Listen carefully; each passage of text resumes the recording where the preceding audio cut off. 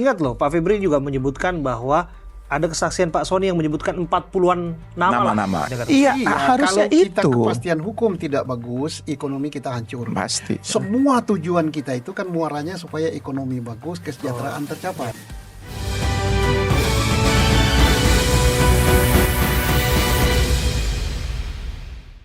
Tadi Pak Susno udah bicara mengenai pengembalian kerugian negara. Saya mau tahu, akan seperti apa image-nya kepada Satgas PKH ke depan?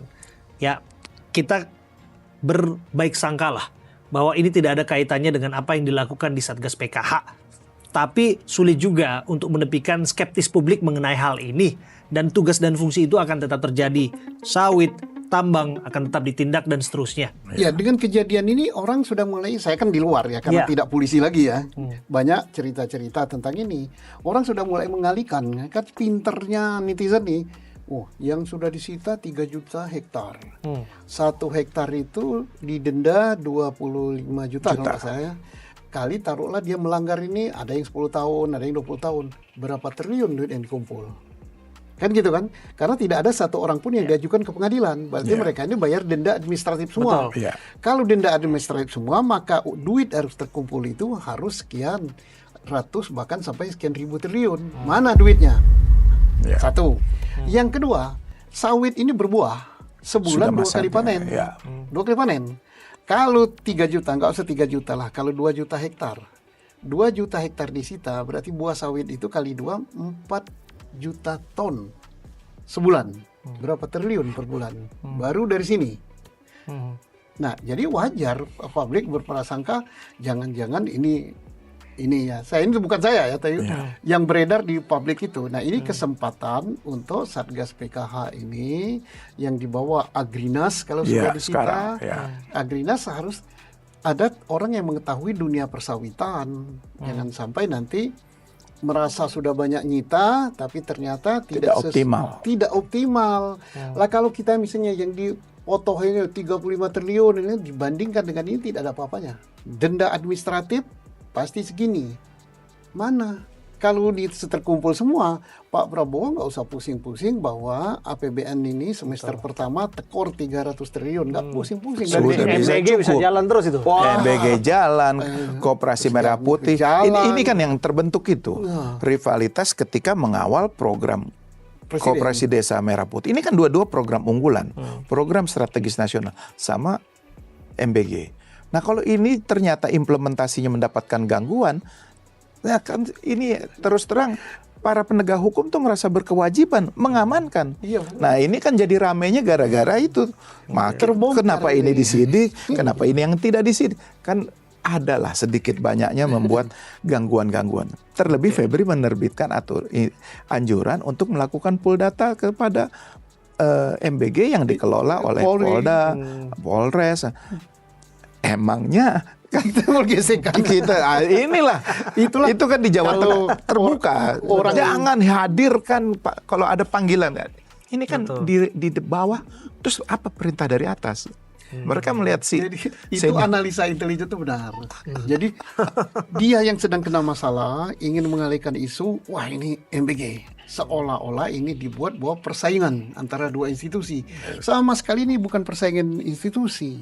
Jadi dari kejaksaan ini bukan institusi, ini oknum. Dan oknum ini bisa terjadi di mana saja. Tapi ingat loh, Pak Febri juga menyebutkan bahwa ada kesaksian Pak Sony yang menyebutkan 40-an nama. Ya, betul. Ya, bagus kalau Pak Febri bisa nyebut nama itu. Dan kejaksaan yang nangani ini harus ungkap. Kalau kejaksaan tidak ungkap, yang ini nama 40 yang disebut berarti ini barter kasus. Karena begitu disebutkan 40 ini silakan. Supaya tidak ada dugaan barter kasus harus diungkap. Supaya tidak ada dugaan kriminalisasi ini juga harus dibersihkan. Kasihan nama-nama yang sudah disebut. Kayak itu Bu Nani langsung mundur sakit jantung. Sakit jantung. Nah, ini kan juga kasihan gitu artinya. Kalau baru disebut-sebut saja sudah berdebar dia. Apakah karena dia bersalah? Apakah karena dia merasa difitnah? Harus diklarifikasi. Siapa yang klarifikasi? Kejaksaan. Periksa semua ini. Untuk memastikan bahwa yang bersangkutan betul-betul terlibat atau terlibat. Luar biasa. Ini pertanyaan terakhir saya nih ke Pak Yan nih. Pak Yan, apa dampak dari kasus yang berkepanjangan seperti ini terhadap marwah Korps Adiaksa? Ya, yang pasti kita harus melihat bahwa ini terjadi penurunan trust publik terhadap kejaksaan. Itu yang pasti. Nah, yang kedua, tindakan-tindakan penegakan hukum yang dilakukan oleh kejaksaan seharusnya tidak mencederai rasa keadilan. Jadi bagaimana kita harus mengawal itu. Karena itu seperti tadi contoh ada program mafia Satgas untuk hutan, Satgas untuk sawit, untuk tambang. Ini juga tidak boleh mengganggu pertumbuhan ekonomi. Jadi harus kita lihat, misalnya yang terjadi tahun 97 katakanlah mereka punya HGU, di tahun berjalan beroperasi dengan baik, Pak Susno juga tahu.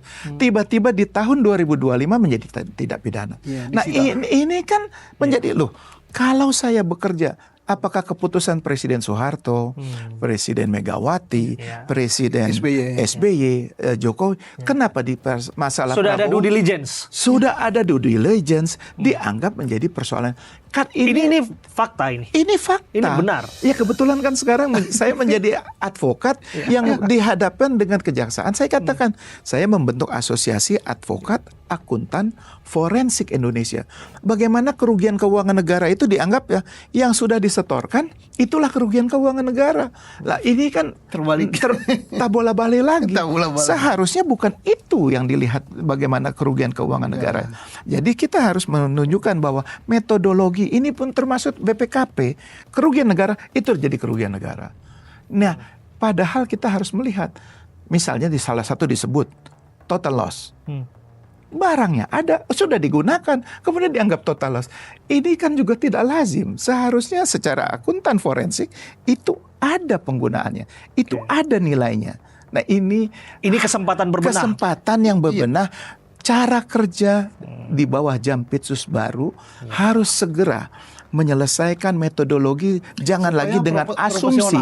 Kerugian negara ini harus nyata. GCG, Good Corporate Governance, akuntabel.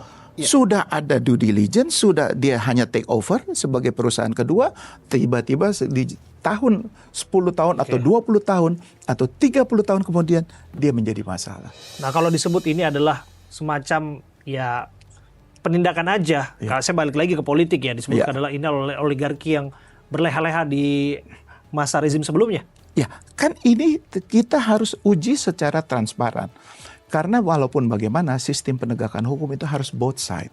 Nah ini tiba-tiba sekarang semua pengusaha di Republik ini adalah penjahat, menjadi kriminal. Nah ini yang nggak boleh terjadi. Akhirnya juga merasa ada nuansa ke arah sana. Loh, kan sekarang kita sudah lihat bagaimana yang bisa bayar denda, yang lainnya sudah langsung terbang atau memindahkan industrinya. Karena ini tidak bagus untuk seharusnya proses penegakan hukum itu memberikan edukasi. Kita yang lupa adalah pencegahan. Itu yang saya selalu ingin katakan, bahwa penegakan hukum itu bukan industri yang keberhasilannya dengan angka-angka makin meningkat. Justru terbalik, bagaimana kesadaran hukum masyarakat. Crime rate di negara maju mendekati zero. Iya, dan kepastian hukum salah satu faktor bagi pertumbuhan ekonomi di negara. Iya, harusnya kalau kita itu. Kepastian hukum tidak bagus, ekonomi kita hancur. Pasti. Semua tujuan kita itu kan muaranya supaya ekonomi bagus, kesejahteraan tercapai. Tujuan mulia lah ya. Kita ambil PKH, kita ambil penelitian tambang, penelitian hutan. Sudah dikatakan 7 presiden atau 6 presiden semua no problem, ini ada problem. Dan problem ini tidak diselesaikan bukan karena hukum. Kamu bayar denda sekian, kamu melanggar. Kalau ada denda, ada yang kena denda administratif, ini berarti ada pelanggaran hukum. Nah, pelanggar hukumnya siapa? Kenapa tidak diseret? Administratif kah? Atau memang kickback? Tapi ini bukan semata-mata bahwa keberanian politik pemimpin rezim saja. Dalam penegakan hukum itu bukan bersoal berani-berani. Bukan keberanian. Bukan kita negakkan hukum itu tidak dengan senjata, tidak dengan aku berani, tidak dengan aku hebat. Tapi standarnya ada standar yuridis. Standar yuridis ini tidak boleh mengganggu pertumbuhan ekonomi. Nah, kalau misalnya investor-investor ini ada yang tutup, ada yang lari, ada yang memindahkan proyeknya ke Vietnam, kemana-mana. Berpengaruh ke lapangan pekerjaan. Iya, yang rugi kita. Nah ini dicontoh-contoh juga oleh pajak, gitu kan? Ya. Dalam menegakkan hukum pajak. Mundur lagi. Ngajak lagi polisi supaya orang bayar pajak. Zaman penjajahan Belanda saja, Belanda yang demikian itu dia penjajah kan, tidak pernah dia narik cuki, narik pajak itu melibatkan kenil. Ya. Kesadaran ini nih, lo kok Republik tanpa maju kok begini? Ya, terima kasih Pak Yan Maringka, terima kasih Pak Susno Duaji. Saya mau tambahkan satu lagi, mungkin silakan. ini momentum yang tepat di akhirnya kepada warga Adiaksa, khususnya yang sekarang bertugas di lingkungan Jampitsus, ini adalah kembali kepada doktrin kita, jaksa adalah satu. Ein en Ondelbar. Jadi hilangkan kubu-kubuan, mari kita bekerja sama membangun kembali citra dan kepercayaan kejaksaan. Terima kasih. Terima kasih Pak Yan Maringka ya, Jaksa Agung Muda bidang intelijen Kejaksaan Agung Republik Indonesia tahun 2017-2020, duduk bersama loh Kabar Eskrim 2008-2009. Ya. Sama-sama bintang 3 nih. Amin. Oh, iya, Luar biasa nih. Dan di sini nggak ada gontok-gontokan nih. Terbukti kejaksaan dan kepolisian sinergi.